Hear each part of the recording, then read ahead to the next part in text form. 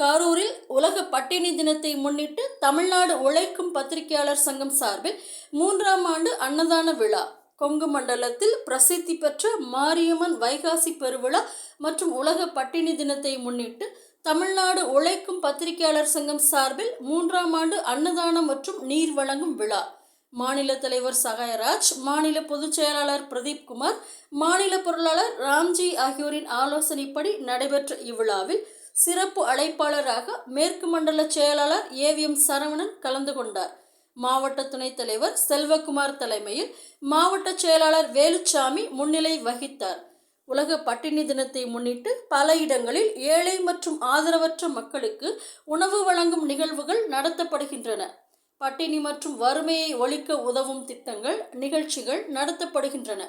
உலக பட்டினி தினத்தின் முக்கியத்துவம்.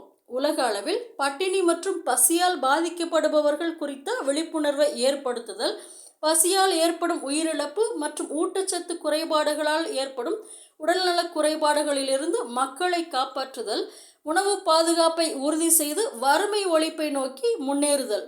உலக பட்டினி தினம் பசி மற்றும் ஊட்டச்சத்து குறைபாடு போன்ற சமூக பிரச்சனைகளை விழிப்புணர்வோடு எதிர்கொள்ளவும் நீடித்த தீர்வுகளை காணவும் உதவும் ஒரு முக்கியமான நாளாக உள்ளது. உலக பட்டினி தினத்தை முன்னிட்டு நடைபெற்ற இந்நிகழ்வில் 1000க்கும் மேற்பட்டவர்களுக்கு அன்னதானம் வழங்கப்பட்டது. மாவட்ட அலுவலக செய்தி தொடர்பாளர் சிவபிரகாசம் நன்றி உரை ஆற்றினார். நாமக்கல் மாவட்ட அமைப்பாளர் ராஜலிங்கம், செயற்குழு உறுப்பினர் தனபால் ஆகியோர் இந்நிகழ்வில் கலந்து கொண்டனர்.